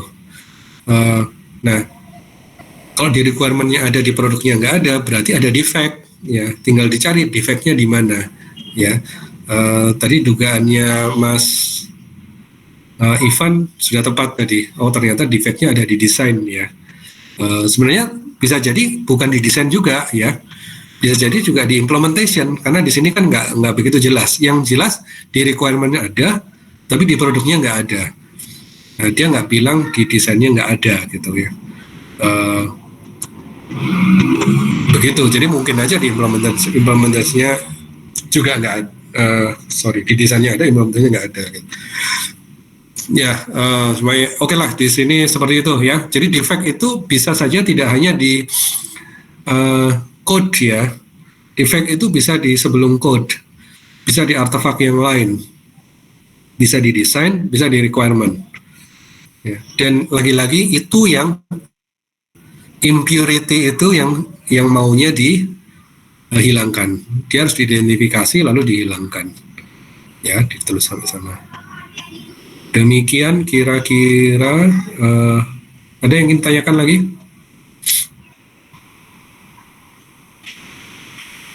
Ya, mudah-mudahan cukup jelas, ya.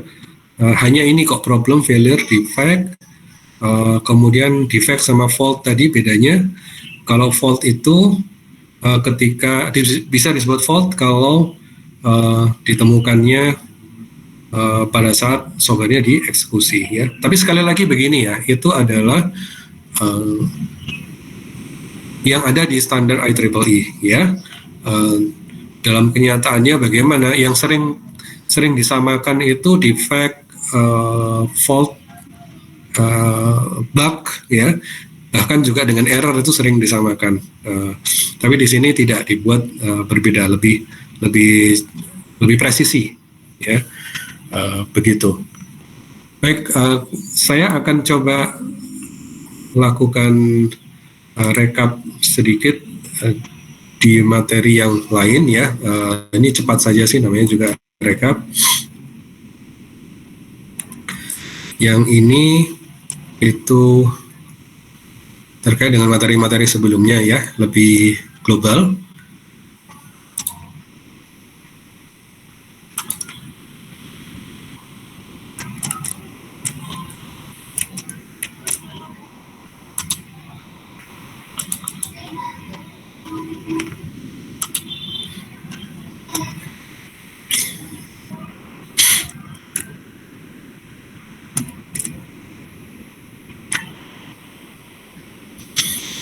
Sudah terlihat dari layar masing-masing?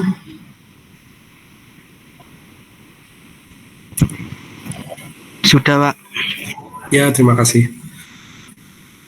Ini merekap. Jadi saya akan mulai dari testing NV, ya. Software testing itu hanya satu bagian dari proses yang lebih besar, yaitu verification and validation, ya, atau VNV. Dan VNV sendiri itu hanya bagian dari quality management, ya. Jadi kita kalau mau lihat yang bendera paling tingginya adalah quality management. Lalu VNV itu bisa diterapkan ke berbagai aktivitas dalam software selain construction, ya. Jadi VNV untuk requirement juga bisa, VNV untuk desain juga bisa, ya. Nah, berikutnya kita juga punya ini, ya, VNV itu apa? Ini informalnya, ya. Informalnya validation itu biasanya dikaitkan dengan membuat produk yang tepat, ya. Membuat produk yang benar, the right thing.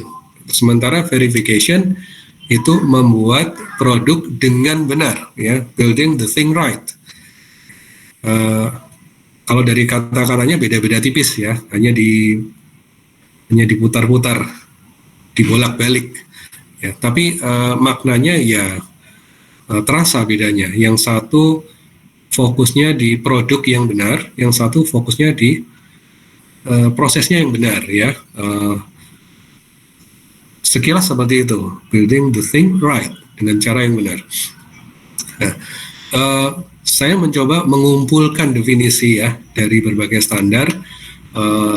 Panjang tadi, saya tidak akan bahas satu-satu. Anda bisa baca sendiri. Ini yang terkait dengan verification, ya. Kemudian saya akan fokus di yang paling atas saja. Jadi verification itu adalah confirmation. Confirmation itu kan proses mendapatkan kepastian, ya. Through the provision of objective evidence. Jadi kita ingin mendapatkan kepastian, keyakinan melalui bukti yang objektif bahwa specified requirements have been fulfilled, ya. Jadi requirement yang sudah dispesifikasikan itu telah dipenuhi. Itu verification, ya. Sisanya Anda boleh baca sendiri nanti. Nah, apa saja yang sering dikaitkan dengan verification, ya. Verification in a life cycle context is a set of activities that compares a product of the life cycle against the required characteristics. Jadi kita membandingkan produk dari life cycle itu dengan karakteristik yang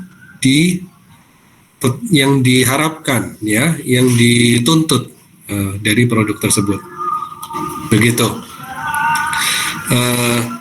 A product of the life cycle, ya. This can include but is not limited to specified requirement, design description, and the system itself, ya. Jadi kalau kita melihatnya secara utuh satu life cycle besar yang menghasilkan satu sistem, itu kita bandingkan dengan karakteristik yang seharusnya ada di situ, itu verification. Kalau kita melihatnya per aktivitas yang lebih kecil atau per tahap, ya, dan kemudian fokus membandingkan antara produk dari tahap itu dengan karakteristik yang diharapkan atau yang sudah ditetapkan, itu juga verification, ya. Dan ini semacam dengan demikian sebenarnya kita mau mengatakan bahwa kita ingin membuat sistem itu dengan cara yang benar. Jadi cara yang benar itu adalah setiap tahapannya itu selalu cek antara produk dari tahapan itu dengan karakteristik yang diharapkan, begitu. Jadi kalau setiap tahapannya dicek, begitu, ya, maka secara keseluruhan ini sama dengan building the system in the right way, begitu kira-kira, ya. Verified is used to designate the corresponding status. Jadi kalau sudah produk itu sudah dicek, ya, apakah sesuai dengan karakteristik yang diharapkan dan dipastikan iya, maka dia semacam diberikan label verified, ya. Oke, verification of interim work product is essential for proper understanding and assessment of the life cycle phase products, ya. Jadi verifikasi di produk-produk pertengahan itu, ya, untuk setiap fase itu esensial, ya, untuk memahami fase-fase dari produk itu secara keseluruhan. A system could be verified to meet the stated requirements yet be unsuitable for operation by the actual user, ya.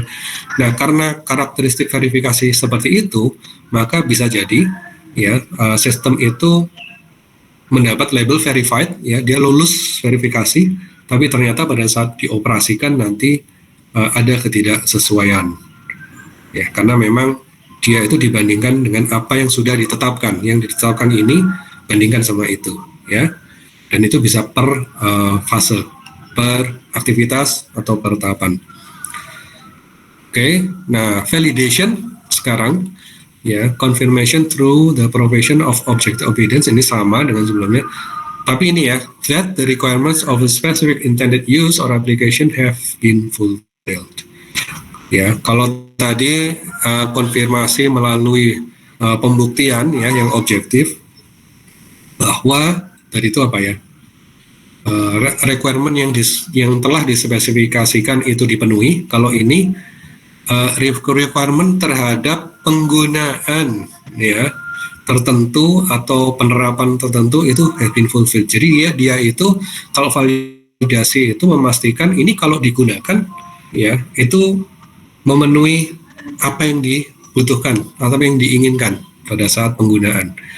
Jadi ada kesan kalau kita menggunakan pernyataan yang pertama, definisi yang pertama, validation itu harus bisa memvalidasi, memastikan bahwa ketika digunakan itu fulfilled ya, kebutuhannya. Kalau yang tadi memastikan bahwa terhadap yang sudah ditetapkan itu fulfilled, betul kan?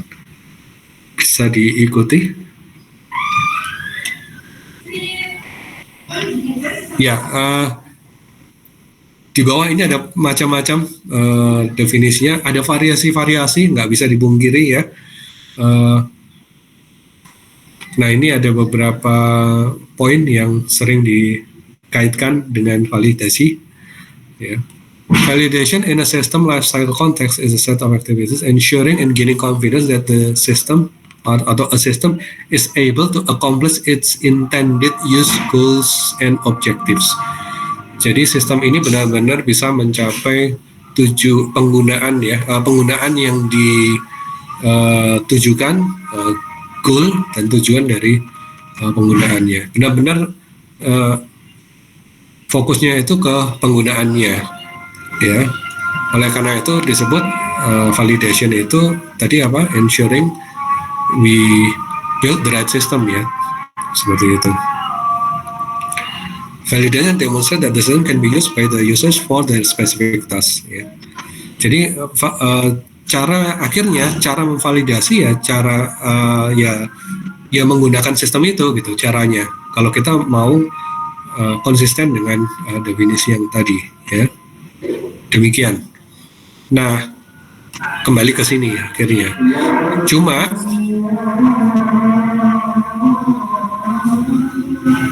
oke, saya jeda dulu ya sebentar. Ada suara adzan di sini.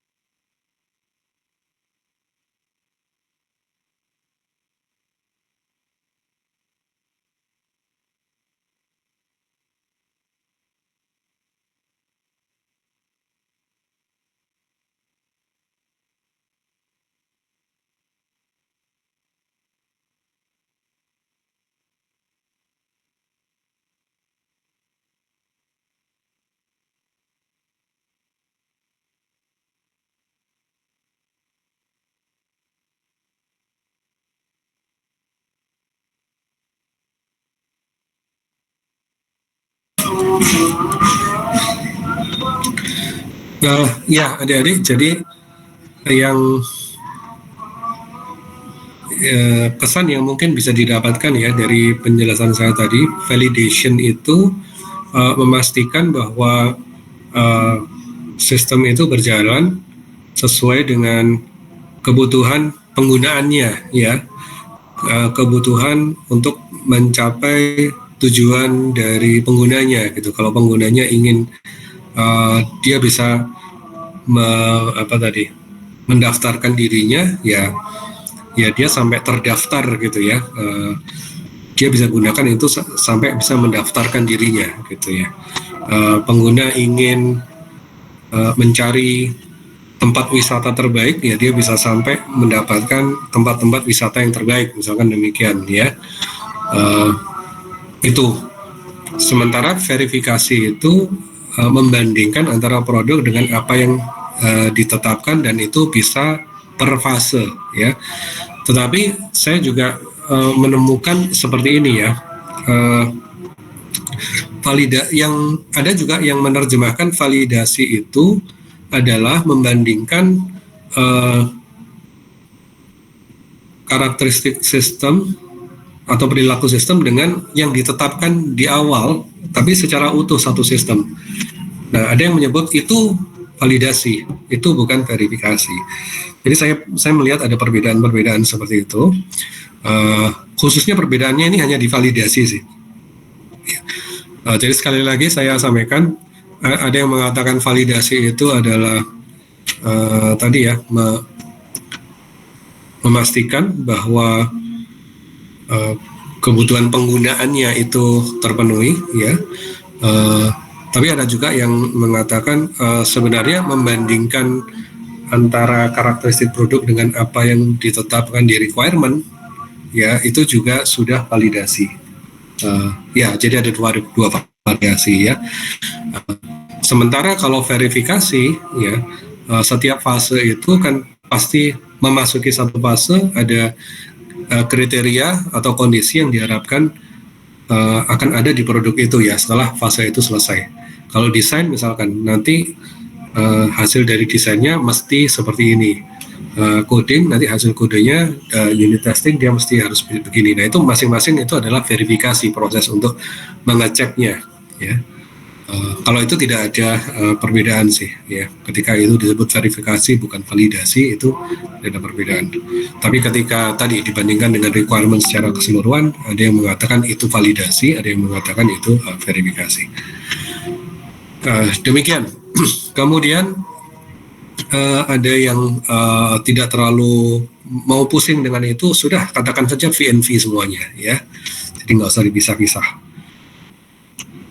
Berikutnya adalah tentang testing ya. Tadi saya sudah sempat mengangkat isu bahwa ada dua cara pandang terhadap ruang lingkup dari testing.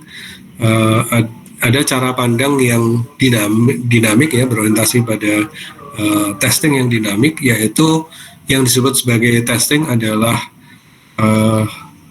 terkait dengan eksekusi software. Jadi kalau kita ingin mengetes software, maka kita lakukan dengan cara mengeksekusi misalkan, maka itu termasuk dynamic oriented view ya terhadap software testing. Tapi kalau kita termasuk yang berpendapat bahwa testing itu tidak hanya mengeksekusi software ya, tapi kita juga bisa memanfaatkan teknik-teknik yang statis. Maka di sini saya menyebutnya view itu adalah comprehensive oriented. Ini istilah saya sendiri ya, dynamic sama comprehensive.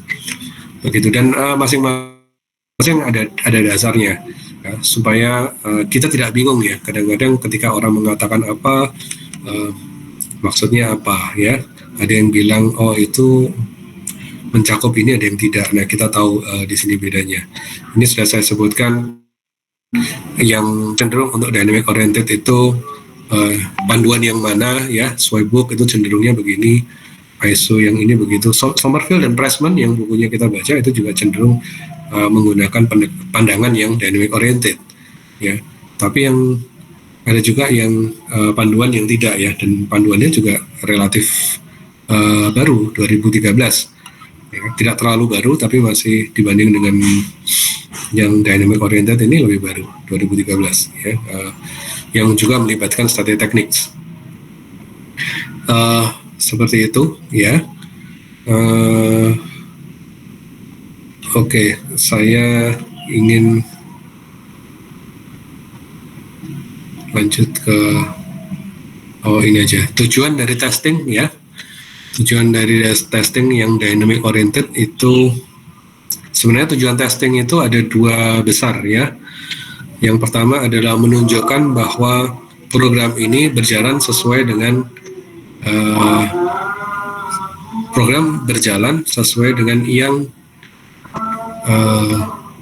yang ditujukan ya. Jadi program ini ditujukan untuk apa? Ya dia bisa menjalankan itu. Jadi ini cenderung ke validation test ya. Selain itu testing juga bisa ditujukan untuk ini menemukan ya, mengungkap program defects, jadi mencari defects memang.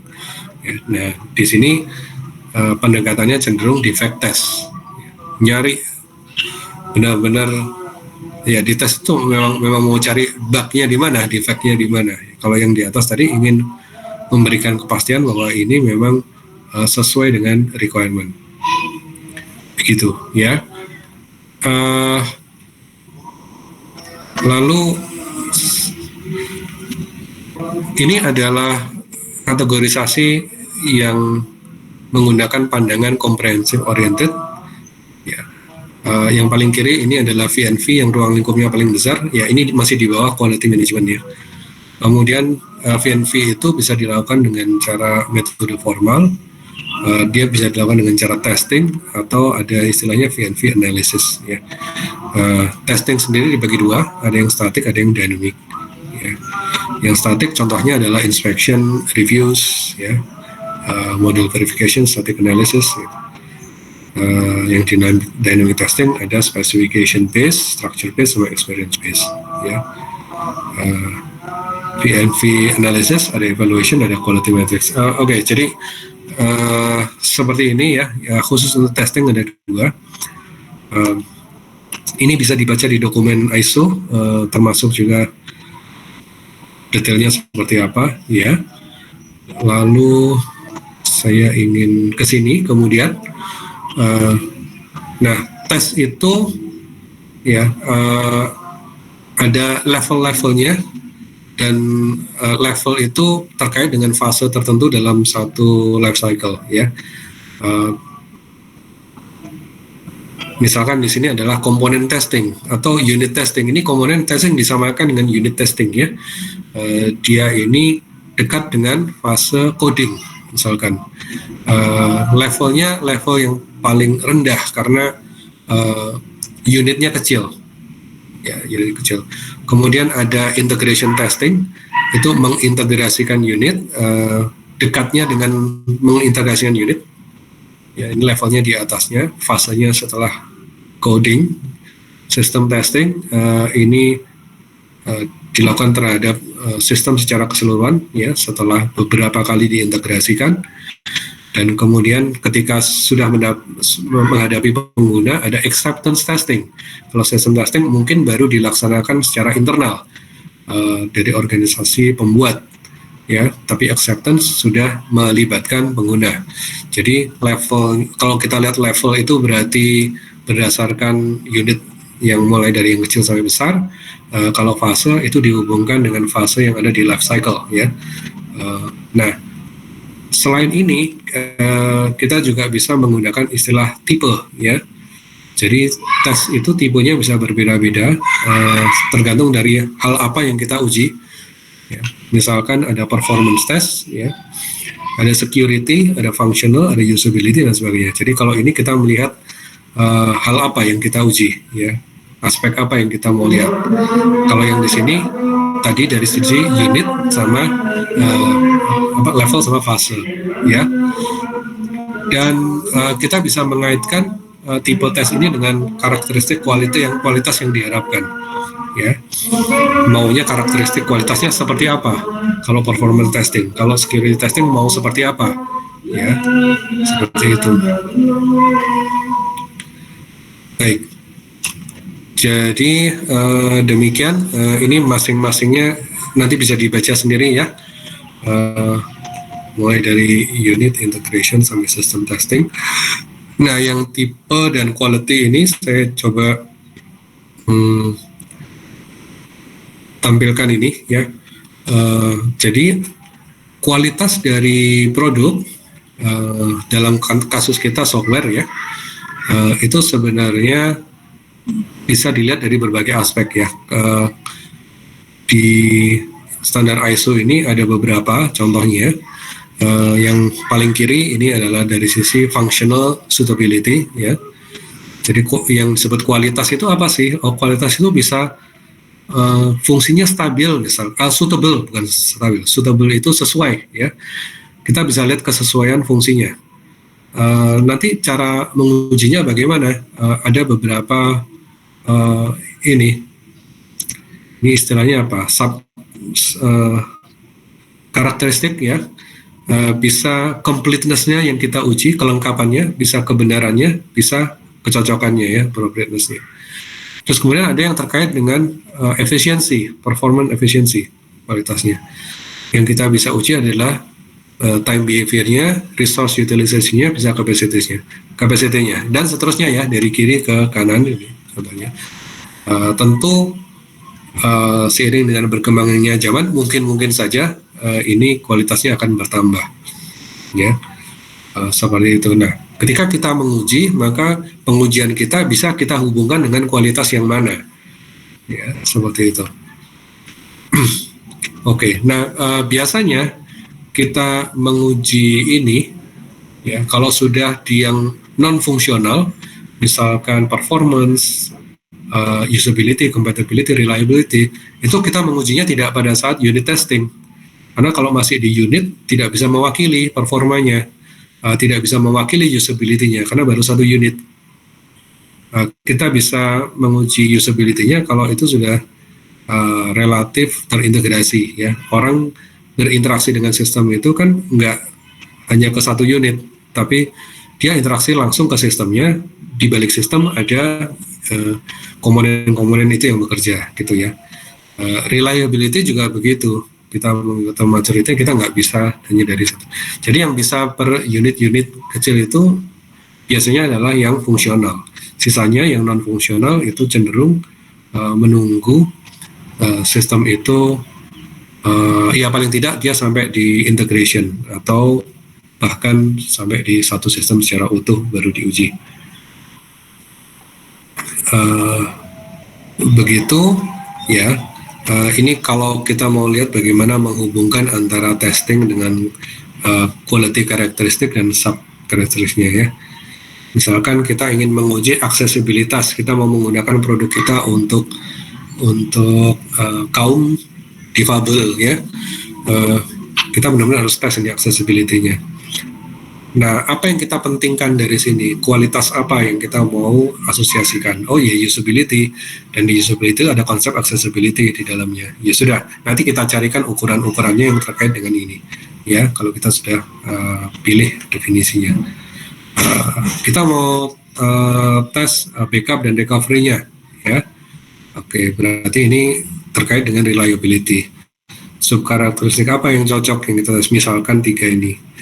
Nanti mau cari lagi seperti apa kuantifikasinya ya, bagaimana mengetesnya dan seterusnya sampai ke bawah, begitu kira-kira. Terus apa lagi ya? Ya ini lanjutannya saja ya. Oke. Baik, sampai di sini apakah ada yang ingin ditanyakan?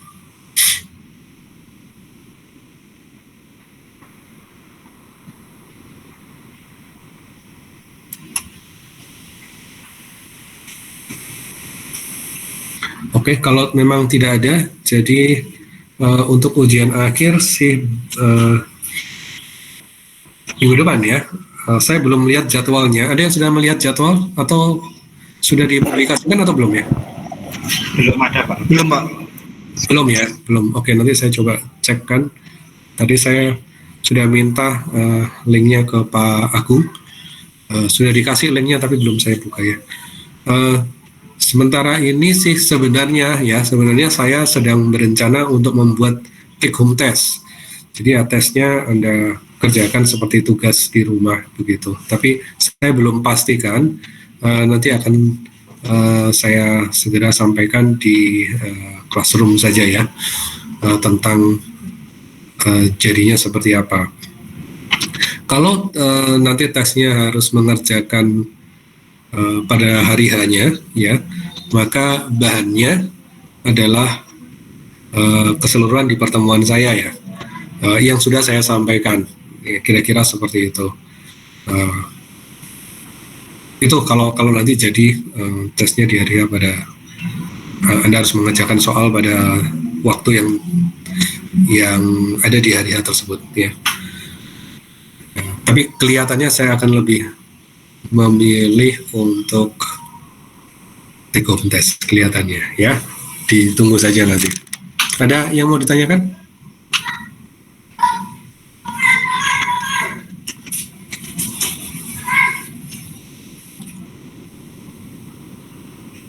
Baik, kalau memang tidak ada yang ingin ditanyakan lagi atau didiskusikan, saya bisa akhiri pertemuan kita kali ini ya. Terima kasih perhatiannya adik-adik rekan mahasiswa semuanya. Terima kasih juga interaksinya ya.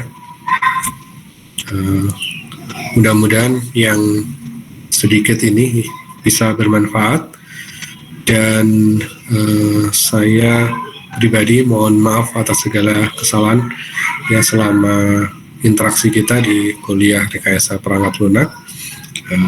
Saya yang paling banyak berbicara, jadi ya logikanya saya yang paling banyak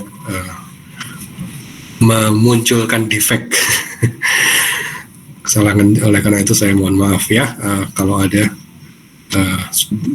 bukan kalau ada, pasti ada ya kesalahan. Saya mohon maaf atas segala kesalahan saya. Sama-sama.